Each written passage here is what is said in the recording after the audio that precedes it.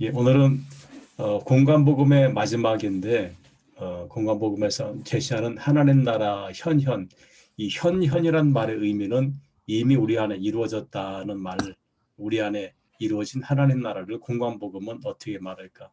이성현 부교님 반갑습니다. 예, 안녕하십니까. 예. 이성현 부교님 열심히 공부해주셔서 감사합니다.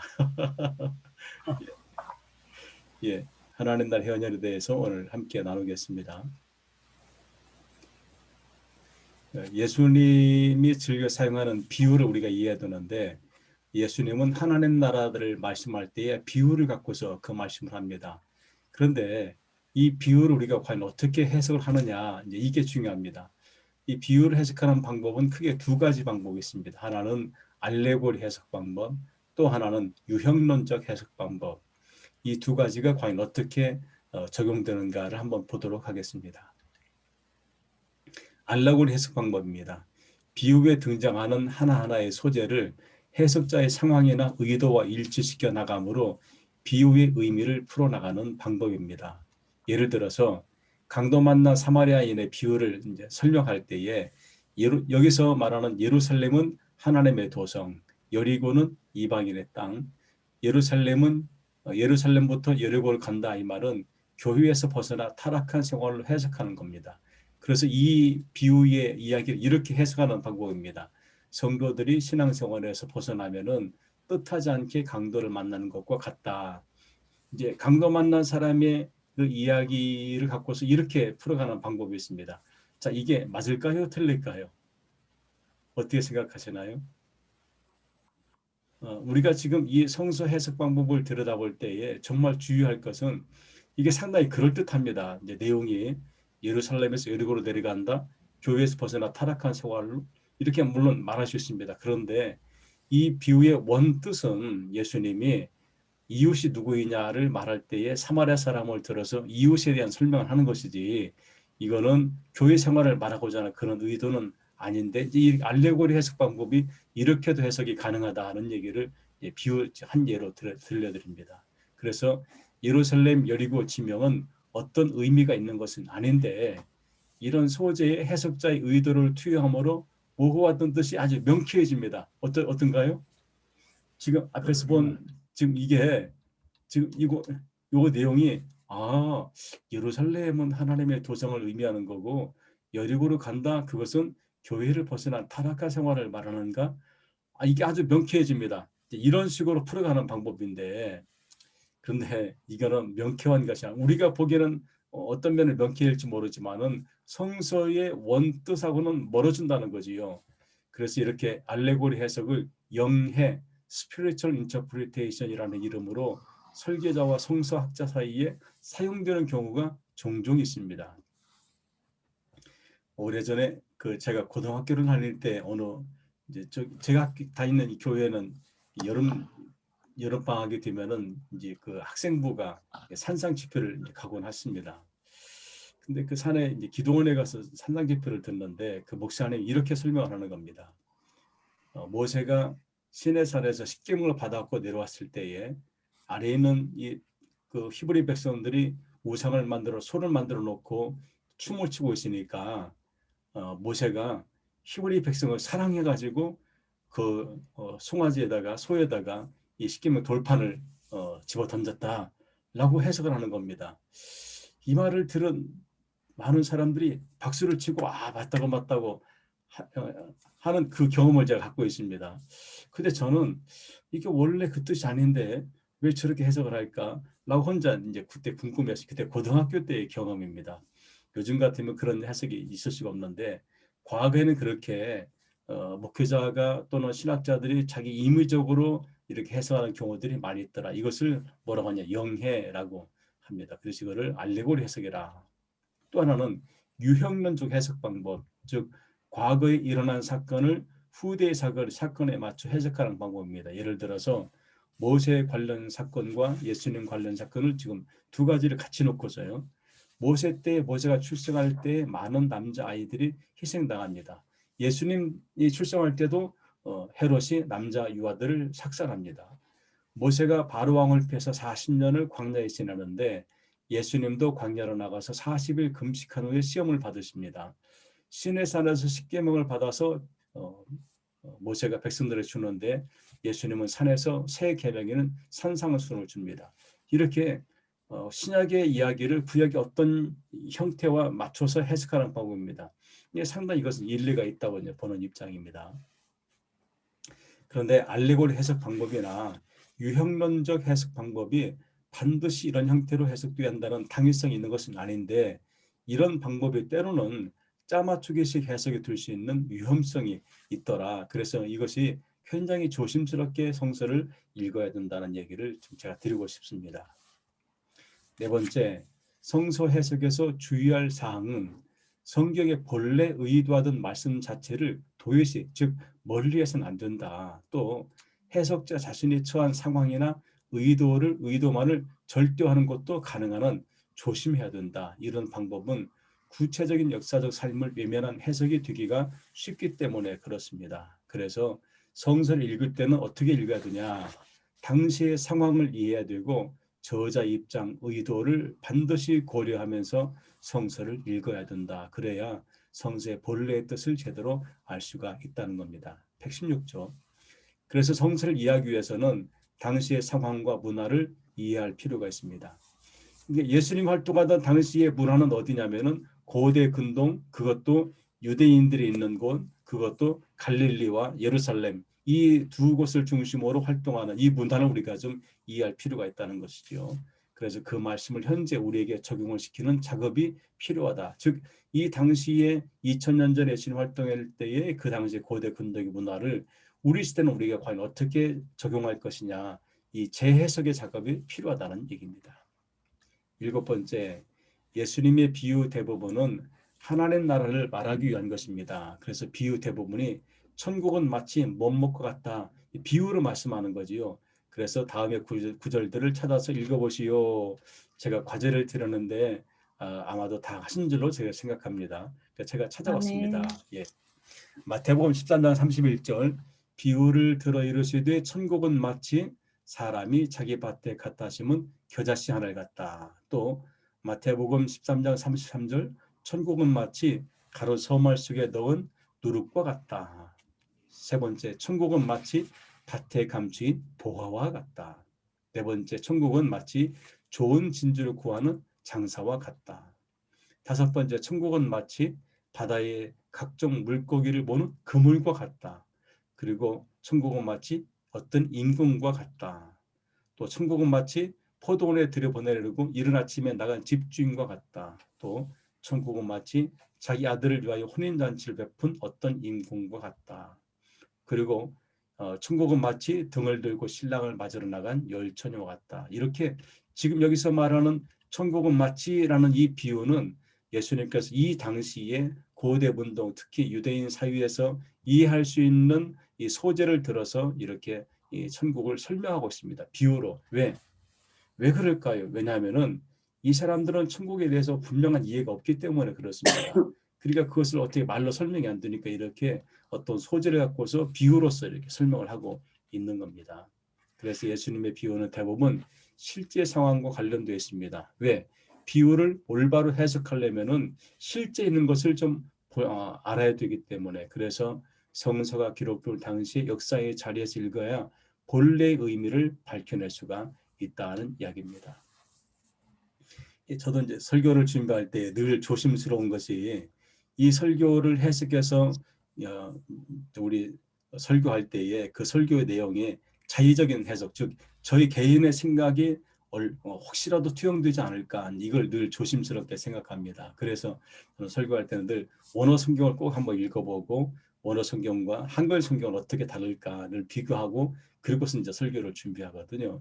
이게 바로 뭐냐면은 이 당시 우리가 지금 읽는 성경은 원래 예수님이 말씀한 그 언어가 아닙니다. 그 언어는 그러니까 예수님은 아람어를 사용했지요. 그리고 성서는 신약 성서는 그리스어로 되어 있습니다.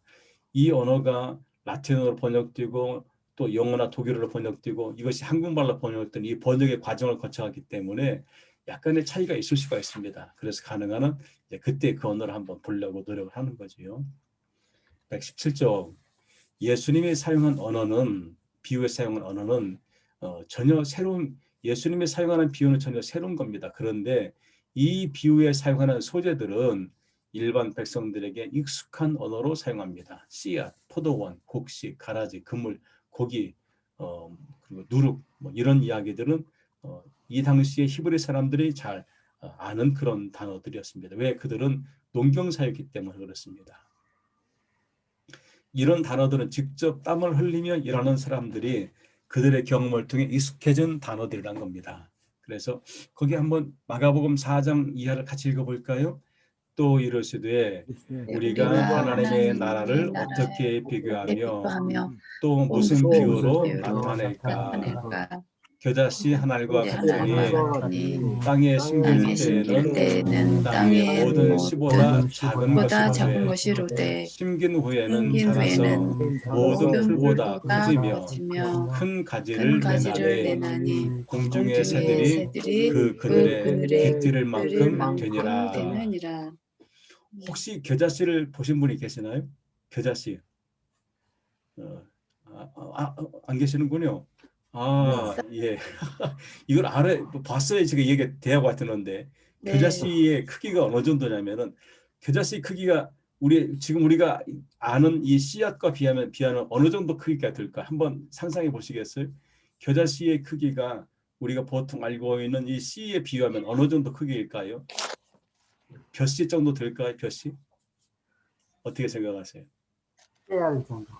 깨알 정도. 이 겨자씨가 어느 정도 크기가 되냐면은 그 참깨 씨보다도 더 작습니다, 이게. 그런데 이렇게 작은 씨가 땅에 떨어져서 썩고 이것이 싹을 내고 그리고 자라게 되면은 보통은 3, 4m, 크기는 11m 이상까지 커가는 그런 큰 나무가 됩니다. 그리고 거기에 이 나무가 크니까 이제 거기에 새들이 깃들어서 둥지도 틀고 하지요. 그러니까 이 겨자씨를 심어보지 않은 사람은 이 작은 씨가 싹을 틔워가지고 이렇게 큰 나무가 된다는 것을 알 수가 없다는 겁니다. 이 말은 예수님이 비유에 사용하는 그 모든 언어, 그 단어들은 이것을 해본 사람만이 이해할 수 있는 그런 단어를 사용하고 있다는 겁니다. 그러나 당시 사회에서 기득권층에 속하는 사람들은 깨닫기 어렵습니다. 왜? 농사를 지어봤어야 알지요. 그래서 그러므로 내가 그들에게 비유로 말하는 것을 그들이 보아도 보지 못하며 들어도 듣지 못하며 깨닫지 못합니다. 제가 겨자씨가 있습니다. 보이시나요? 예, 네, 예. 제가 나중에 기회가 되면 이것을 조금씩 드리겠습니다. 기념으로. 제가 겨자씨를 이게 오래전에 이제 받은 건데 이렇게 제가 좀 보관하고 있습니다. 이 씨가 이 형태는 들깨하고 비슷한 형태인데 네, 크기는 훨씬 작습니다. 이게 잘 보이는지 모르겠습니다. 예. 예수님의 비유는 노동을 모르는 자에게는 감춰져 있는 아주 은밀한 비밀을 전달하는 표현의 방법입니다. 그래서 노동을 통해 살아가는 사람들에게는 예수님의 비유가 열려 있지만은 노동이 없이 지내도 되는 이들에게는 이게 알 수 없는 상황이 설정되어 있습니다. 이 말의 의미는 뭐냐면은 하나님 나라의 비밀은 이렇게 힘들고 어렵게 살아가는 이들에게는 열려 있다는 얘기가 되는 겁니다. 여섯 번째, 이 비밀은 예수님을 따르는 제자들에게는 알도록 허락이 되었으나 바깥 사람들에게는 허락되어 있지 않다. 그래서 마태복음 13장 11절에 천국의 비밀을 아는 것이 너희에게는 허락이 되었으나 그들에게는 아니 되었다라고 말하고 있습니다. 세 번째, 118쪽입니다. 예수님의 비유는 적자들과 논쟁에서 변론하기 위해 주로 사용합니다. 그러니까 예수님이 이 비유를 들어서 말씀할 때는 우리에게 가르침을 잘 하기도 하겠지만은 사실은 적재자들과 대항하기 위해서도 이 비유를 사용하고 있습니다. 그래서 비유는 논쟁적인 성격을 아주 강하게 띠고 있습니다. 또 예수님 복음을 전할 때 반응을 보면은 유대 사회의 지도층은 예수님을 배척하는데 일반 백성은 부름에 적극적으로 응하고 호응하는 모습을 보여주고 있습니다. 예수님의 비유는 윤리적 교훈이나 사상을 가르치기 위해 말해진 것은 아닙니다. 그러니까 예수님의 교훈은 윤리적 도덕적인 그런 내용 물론 그게 담겨져 없다는 것은 아니지만 근본 목적은 그것이 아니란 겁니다. 그래서 구체적인 삶의 관계 속에서 자행은 악행을 들춰내고 그리고 이것을 역사적인 사건으로서 들춰내기 위해서 그렇게 한 것이다 하고 말할 수가 있습니다. 예를 들어서 마태복음 21장 33절 이에는 포도원 농부의 비유가 나옵니다. 이제 제가 몇 차례 말씀드렸지만은 포도원 농부가 그 포도를 일궈가지고 맡겨놓았더니 그 농부들이 자기가 차지하려고 뭐 하는 그런 내용들 이야기죠. 이걸 통해서 이 바리새인, 사두개인, 율법사들의 비행, 잘못된 문제를 지적하고 하려는 의도가 담겨져 있습니다. 네 번째, 예수님의 비유의 청중들은 일반 백성, 오클러스들, 그리고 비유가 겨냥하는 논쟁자들은 대부분 대제사장, 바리새파 사람, 그리고 서기관들이었습니다. 이 대제사장, 바리새파 사람들, 서기관들을 겨냥할 때에 이렇게 함으로써 어떤 효과가 있냐면은 비유의 청중인 대제자들, 일반 백성들을 하나님 나라 운동으로 끌어들이는 효과를 갖고 있습니다. 그러니까 예수님은 이들을 이렇게 책망함으로써 하나님 나라 운동의 모습이 이런 모습이구나라고 이 일반 백성들이 이제 깨닫게 하는 그런 효과가 있게 되는 거지요. 그럼 하나님 나라의 현현, 하나님 나라는 어떤 모습으로 나타날까? 하나님 나라의 비유들은 하나님 나라 자체가 감춰 있다가 출현한다는 것을 우리에게 보여주고 있습니다. 마치 겨자씨 그 작은 씨 속에서 그 겨자씨를 심어보고 가꿔보고 키워본 사람, 땀 흘린 사람은 이게 어떻게 큰지를 안다는 것이요. 이게 비밀이라는 겁니다. 누구에게? 이것을 한 번도 해보지 않은 사람에게 그렇다는 겁니다. 그래서 이 비밀들은 사람들의 눈에는 전혀 인식이 안 되게 일어난 사건이다고 말합니다. 단적으로 겨자씨 누리게 하는 비유에서 겨자씨는 팔레스타인에서 가장 작은 씨인데 새가 깃들을 보금자리를 제공할 만큼 큰 나무가 됩니다. 그래서 그리고 누룩은 작은 누룩덩이가 밀가루 서말 속에 들어가면 많은 사람들을 먹일 만큼의 양으로 부풀리는 발효 효과가 있게 된다는 겁니다. 이래서 백성들은 씨와 열매, 파종과 추수, 또 무화과나무와 포도원, 농부와 주위로부터 이제 이들은 배우게 되는 거지요. 하나님 나라가 어떤 모양일 것이다. 이 사건이 이미 그 안에서 일어나고 있는 지금 현재를 이해하는 겁니다. 그래서 거기서 다른 미래가 감춰져 있다는 희망을 꿈꾸게 되고 하나님 나라는 감춰진 중에 오며 실패에도 불구하고 오게 되는 것이다. 그래서 오는 그분의 약속이 감춰져 있지만은 하나님의 새로운 세계는 이미 활동을 하고 있습니다. 그래서 하나님 나라는 이미 우리 안에 주어져 있습니다. 아멘. 우리는 네. 지금 하나님 나라 안에 살고 있습니다. 아멘. 우리가 가끔 대부분 이걸 잘 인식하지 못하지요. 하나님 나라 왜 이렇게 힘들고 어렵냐? 그거는 농부의 이제 수고입니다. 하나님 나라를 위해서 우리가 수고하고 애를 쓰지만 그러나 하나님 나라 이미 우리 안에 이루어져 있다는 것을 말씀해주고 있습니다. 그래서 하나님 나라는 늘 기쁨으로 상징이 됩니다. 어떻게 아멘. 하나님 나라 생각하고 기쁘지 않으신가요? 기뻐요. 기뻐요. 예, 그러시죠. 당연히 기쁘죠. 아멘. 그래서 마태복음 13장 44절 보면은 전 재산을 팔아서 밭에 보물을 산 사람이 기뻐하며 돌아갔다고 말합니다. 왜? 아멘. 하나님 나라를 경험하니까 그렇습니다. 또요. 잃은 양을 찾은 목자도 기뻐하며 돌아왔고 잃은 드라크마를 찾은 여인도 기뻐했습니다. 이렇게 또 잃은 양을 찾은 아버지도 기뻐했습니다. 왜? 죽은 아들을 찾았으니까요.